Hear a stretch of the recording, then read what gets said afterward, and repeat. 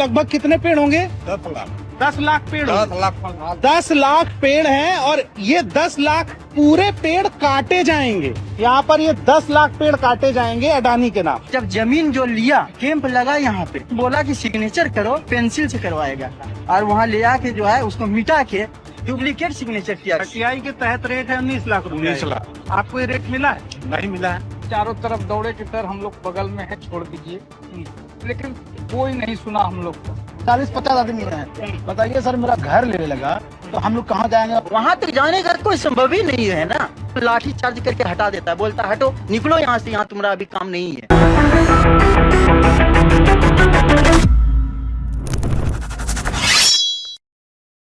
வணக்கம். மோடி பிளஸ் அடானி மொடானியின் ₹1 ஊழல் எக்ஸ்போஸ் ஆகிவிட்டது. இந்த நாட்டு வளங்களை, இந்த நாட்டு சொத்துக்களை எப்படி சுரண்டலாம், சூறையாடலாம் என்கிற திட்டங்களை ஒவ்வொரு நாளும் அறிவித்து வருகிறார்கள். மொடானியுடைய அர்த்தத்தையும் புரிந்து கொள்ளுங்கள். இந்த நாட்டை ஆளக்கூடிய நபர் நரேந்திர மோடி அவர்கள். நரேந்திர மோடியை இயக்கக்கூடிய நபர் அடானி.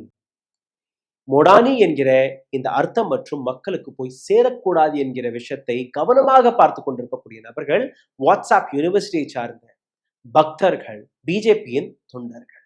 ஆனால் இன்னைக்கு இந்த பதிவில் இந்த ₹1 ஊழலை நாங்க எக்ஸ்போஸ் செய்ய போகிறோம். அதனால் இந்த வீடியோவை கடைசி வரை பாருங்கள். இது டெவலப்மெண்டா அல்ல பட்டப்பகலில் நடக்கக்கூடிய கொள்ளையா என்கிற இந்த விஷயத்தை நீங்க புரிந்து கொள்ளுவீர்கள். வரக்கூடிய பீகார் தேர்தலுக்கு முன்பு நரேந்திர மோடி அவர்கள் நடத்திய அந்த மம்மி சென்டிமெண்ட்டுக்கான நாடகம். இந்த மம்மி சென்டிமெண்ட் அவருடைய புதிய கோஷத்திலும் வந்துவிட்டது. ஏக் பேட் மா கே நாம், ஒரு மரம் தாயின் பேரில் நட்டு விடுங்கள். ஆனால் இந்த சென்டிமெண்ட்டுக்கு பின்னாடி இருக்கக்கூடிய உண்மையான அர்த்தத்தையும் புரிந்து கொள்ளுங்கள். பீகார்ல இருக்கக்கூடிய ஆயிரக்கணக்கான விவசாயிகளுடைய வாழ்வாதாரத்தை அழித்து, அவர்கள் கையில் இருக்கக்கூடிய விளையக்கூடிய பூமியை பறித்து, அந்த விளையக்கூடிய பூமியில் இருக்கக்கூடிய 10 லட்சத்திற்கும் மேற்பட்ட மரங்களை நாசமாக்கி அழித்து, அந்த நிலத்தை அடானி கையில் கொடுக்கக்கூடிய விஷயத்தை தான் இவர் இப்படி கூறி வருகிறார். ஏக் பேட் மா கே நாம். 1020 ஏக்கர் நிலம் அடானிக்கு கொடுக்கப்பட்டிருக்கிறது. ரூபாய் வெறும் 1. வெறும் ₹1 1 ஏக்கருக்காக அடானி செலவழிக்கக்கூடிய தொகை. அடுத்த 33 வருடத்திற்கு ₹1 கொடுத்தால் போதும், அடானிக்கு இந்த சொத்து சொந்தமாகிவிட்டது. இந்த ஒட்டுமொத்த கதையை உங்களுக்கு ஒவ்வொன்றாக நான் எடுத்து காட்டுகிறேன். அதனால் இந்த வீடியோவை கடைசி வரை பாருங்கள். Government has put lives of thousands of farmers at stake. ஆயிரக்கணக்கான விவசாயிகளுடைய வாழ்க்கையை ஸ்டேக்கில் வைத்து விட்டது பிஜேபி அரசாங்கம். 1020 ஏக்கர் நிலம் அடானி பவர் ப்ராஜெக்டுக்காக வெறும் ₹1 வீதம் கொடுக்கப்பட்டுள்ளது. இந்த ஒட்டுமொத்த விஷயத்தை நீங்க பார்த்தீர்கள்னா, எப்படி அடானி கையிற்கு இந்த நிலம் போனது என்று நீங்க பார்த்தீர்கள்னா, ஆகஸ்ட் 2025 ஆண்டு Bihar state power generation corporation limited BSPGCL என்கிற இந்த அமைப்பு லெட்டர் ஆஃப் அவார்டை அடானி பவர் ப்ராஜெக்டிற்கு கொடுத்திருக்கிறது. 2400 மெகாவாட் மின்சாரத்தை தயாரிப்பதற்காக கிரீன்ஃபீல்ட் தெர்மல் பவர் பிளான்ட் பீகாரில் வரப்போகிறதாக ஒரு அறிவிப்பை கொடுத்தார்கள். இந்த அறிவிப்பு வந்த உடனேயே பீகார்ல இருக்கக்கூடிய மக்கள் இந்த பவர் பிளான்ட் எங்க வரப்போகிறது என்கிற அந்த தேடலை செய்யும் போது அவர்கள் கிடைத்த பதில், பீகார்ல இருக்கக்கூடிய பிர் பந்தி என்கிற இந்த இடம் பாகல்பூரில் இருக்கிறது. இங்கேதான் இந்த பவர் பிளான்ட் வருவதாக கூறியிருக்கிறார்கள். அங்க இருக்கக்கூடிய விவசாயிகளை மிரட்டி, பயமுறுத்தி, அவர்களுக்கு சரியான தொகையை கூட கொடுக்காமல் பென்சிலில் அந்த கையெழுத்தை போட சொல்லி இவர்களே போலி கையெழுத்தை போட்டு அந்த நிலங்களை பறித்திருக்கிறார்கள். 1020 ஏக்கர் நிலம் வெறும் ₹1. அடானி இந்த பவர் ப்ராஜெக்டுக்காக செலவழிக்கக்கூடிய தொகை 3 பில்லியனா, 25,000 கோடியிலிருந்து 30,000 கோடி ரூபாய் வரை செலவழிக்க போறாராம். அல்ட்ரா சூப்பர் கிரிட்டிக்கல் டெக்னாலஜி வழியாக இந்த பவர் பிளான்ட்டை அமைக்க போறார்களாம். இதற்கு பின்பு பீகார் ஒரு டெவலப்ட் ஸ்டேட்டாக மாறிவிடும். இங்க இருக்கக்கூடிய இளைஞர்களுக்கு ஒரு 10,000 12,000 வேலை வாய்ப்பை அடானி அவர்கள் உருவாக்க போகிறார். இதுதான் பிரைம் மினிஸ்டர் மோடி பிஜேபி அரசாங்கம் கொடுக்கக்கூடிய ஒரு மிகப்பெரிய பரிசு. இதை வைத்தே ஓட்டு கேட்டு விடுவோம், இதை வைத்து பீகார் தேர்தலை வெற்றி பெற்று விடுவோம் என்கிற ஒரு ஆசையில் இது எல்லாம் செய்கிறார்களா? அல்ல, பீகார் கைவிட்டு போய்விட்டது. போறதற்கு முன்னாடி தன்னுடைய நண்பரான அடானிக்கு ஏதோ பரிசை கொடுக்கணுமா இல்லையா? அப்ப அந்த பரிசு தான் இது. இந்த ஒட்டுமொத்த விஷயத்தை நீங்க பார்த்தீர்கள்னா, அடானியோடைய இந்த பிளான்ட்டிற்கான துவக்கம் ஆகஸ்ட் 2025 ஆண்டு கிடையாது, 2014 ஆண்டு நரேந்திர மோடியோட அரசாங்கம் வந்த உடனேயே ஒரு பவர் பிளான்ட்டுக்கான ப்ராஜெக்டை அறிவித்தார்கள். 1320 மெகாவாட்ஸிற்கான இந்த பவர் பிளான்ட் பிப்ரவரி 2024 ஆண்டு பீகார் கேபினெட் இதற்கான முத்திரையை குத்துகிறார்கள். இப்போ அந்த 1320 மெகாவாட்ஸ் ஆக இருந்த அந்த பவர் ப்ராஜெக்ட் திடீரென்று 2400 மெகாவாட்ஸ் ஆக உயர்ந்து விடுகிறது. 3 units of 800 megawatts each. Bihar State Power Generation Company Limited was made as a nodal agency. Nodal agency ஆக அமைத்து இந்த ஒட்டுமொத்த திருட்டு வேலையை எப்படி பார்த்தார்கள் அதை நீங்க பாருங்கள். Principal secretary of energy department Sanjeev Hans ஒரு கடிதத்தை எழுதுகிறார். Union coal secretary February 2 requesting to allot coal block. இந்த இடத்தில் நாங்க ஒரு பவர் பிளான்டை போட போகிறோம், அதற்காக கோல் மினிஸ்ட்ரி கோல் எல்லாம் கொடுக்க கூறி ஒரு கடிதம், ஒரு சப்போர்ட் கடிதம். Bihar government gives a node for setting up 2400 megawatts power project. Bihar அரசாங்கம் கொடுத்த இந்த அப்ரூவலுக்கு பின்பு பீகார்ல இருக்கக்கூடிய revenue and land reform department ஒரு கடிதத்தை எழுதுகிறார்கள். இந்த கடிதம் வழியாக அவர்கள் கூறக்கூடிய விஷயம், BSPGCL ஒபிஷியல் வெப்சைட்லயே மென்ஷன் ஆன விஷயம், நாங்க ஏற்கனவே 1179 ஏக்கர் நிலத்தை எக்வயர் செய்து விட்டோம். இந்த ப்ராஜெக்ட்காக தேவைப்படக்கூடிய நிலம் வெறும் 1200 ஏக்கர். 1200 ஏக்கரிலிருந்து மக்களிடமிருந்து, விவசாயிகளிடமிருந்து 1179 ஏக்கரை எக்வயர் செய்து விட்டோம். அதிலிருந்து அடானி அவர்களுக்கு 1020 ஏக்கரையும் கொடுத்து விட்டோம். மீதம் இருக்கக்கூடிய நிலத்தையும் கொடுத்து விடுவார்கள். இப்போதைக்கு கொஞ்சம் பேலன்ஸ் செய்வதற்காக வைத்திருக்கிறார்கள் போன்ற. ₹1 ஒரு ஏக்கருக்கு வெறும் ₹1 கொடுத்திருக்கிறார்கள் அடுத்த 33 வருடத்திற்கு. இந்த ஒட்டுமொத்த ப்ராஜெக்டுக்காக செலவழிக்கக்கூடிய தொகை 3 பில்லியன் என்று கூறுகிறார்கள். 25,000 30,000 கோடி ரூபாய் வரை செலவாகுமா. கோல் மினிஸ்ட்ரி அவர்களும் அடுத்த 30 ஆண்டுகளுக்கான ஒரு அக்ரிமெண்டை போட்டிருக்கிறார்கள். 12 மில்லியன் டன் கோல் நிலக்கரி மினிஸ்ட்ரி, கோல் மினிஸ்ட்ரி அடானியோடைய இந்த பிரைவேட் ப்ராஜெக்டுக்கு கொடுக்க போகிறதா. இந்த ப்ராஜெக்ட் வழியாக அவர்கள் தயாரிக்கக்கூடிய மின்சாரம், அந்த மின்சாரத்தை பீகார்ல இருக்கக்கூடிய மக்கள் மற்ற மாநிலங்களில் இருக்கக்கூடிய மக்களுக்கு விற்று பணம் பார்க்கக்கூடிய நபர் அடானி. ஆனால் சொத்துக்கு வெறும் ₹1 மட்டும் கொடுக்க போகிறாராம். பிசினஸ் ஸ்டாண்டர்ட்ல வெளிவந்த இந்த நியூஸை படிக்கிறேன் கேளுங்கள். The company has received a letter of intent LOT from Bihar State Power Generation Company. அடானிக்கு இது ஏற்கனவே அலாட் செய்யப்பட்டதாக இந்த திட்டம், அதுல சைன் போட்டு முத்திரையெல்லாம் குத்தி விட்டதாக இந்த தகவலை கொடுத்து விட்டார்கள். அதாவது அங்களுடைய விவசாயிகளுடைய வாழ்வாதாரம் அளிக்கப்பட்டு விட்டது.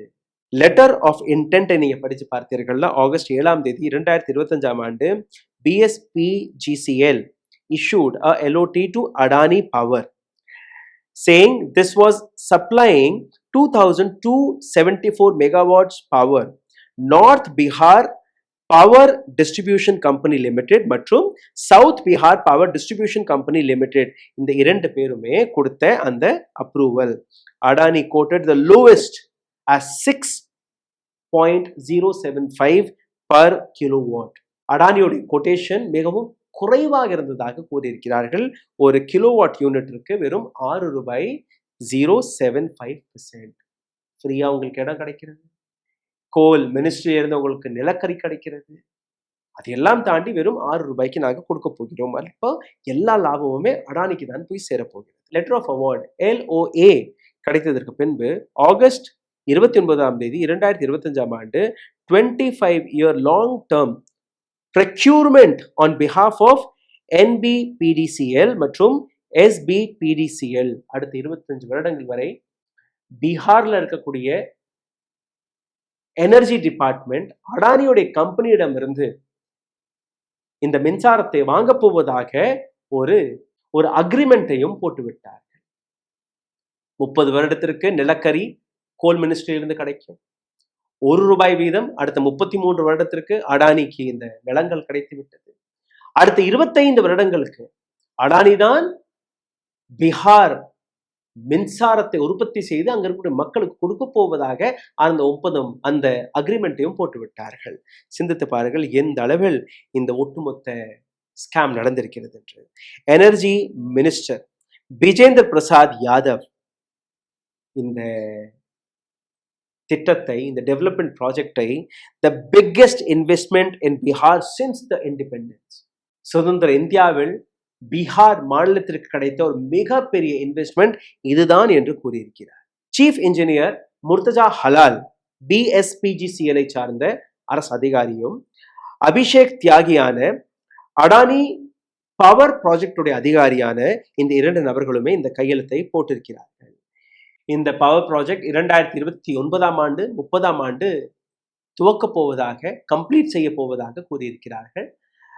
இந்த ஒட்டுமொத்த ப்ராஜெக்டிற்காக அடானி மற்றும் நரேந்திர மோடி அவர்கள் இணைந்து நடத்திய நாடகத்தை உங்களுக்கு முன்பு நான் எடுத்து வைத்தேன்.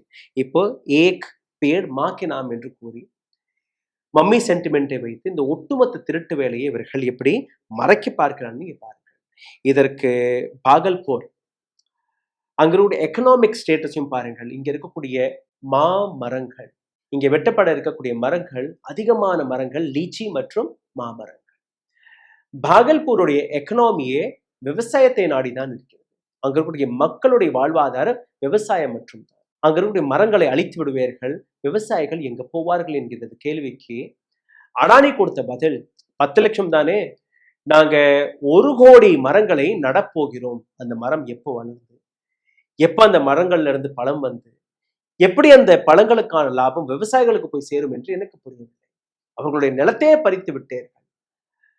அந்த இடத்துல இருந்து வரக்கூடிய லாபம் உங்களுடைய சட்டை பையில் போக இருக்கிறது. அப்ப எப்படி அந்த விவசாயிகளுக்கு நீங்க லாபத்தை கொடுக்க போறீர்கள் என்கிற கேள்விக்கு இதுவரை பதில் கிடைக்கவில்லை. இது மட்டுமல்ல, அரசாங்கம் கொடுக்கக்கூடிய பதில், இந்த இடத்துல இருக்கக்கூடிய நிலம் தரிசு மண்ணாக இருந்தது, இது விளையக்கூடிய பூமி எல்லாம் கிடையாது, விவசாயிகள் எல்லாம் இங்க கிடையாது, தரிசாக இருக்கக்கூடிய மண்ணை தான் நாங்க எக்வயர் செய்திருக்கிறோம்.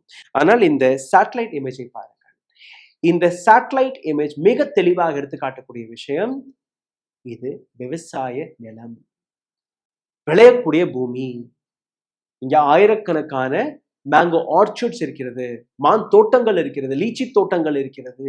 அங்க இருக்கக்கூடிய விவசாயிகளுடைய வருமானமே, எக்கனாமிக் சப்போர்ட்டே இந்த விவசாயம் மற்றும் தான். 915 விவசாயிகளிடமிருந்து இந்த நிலங்களை பறித்திருக்கிறார்கள்.